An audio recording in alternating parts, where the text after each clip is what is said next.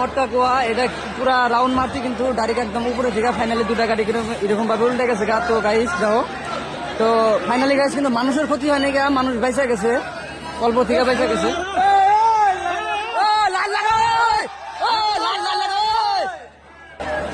তো গাইস দেখতে পাচ্ছেন গাড়িটা কিন্তু ফাইনালি একদম পুরা সিধা করতেছে সবাই ধীরে।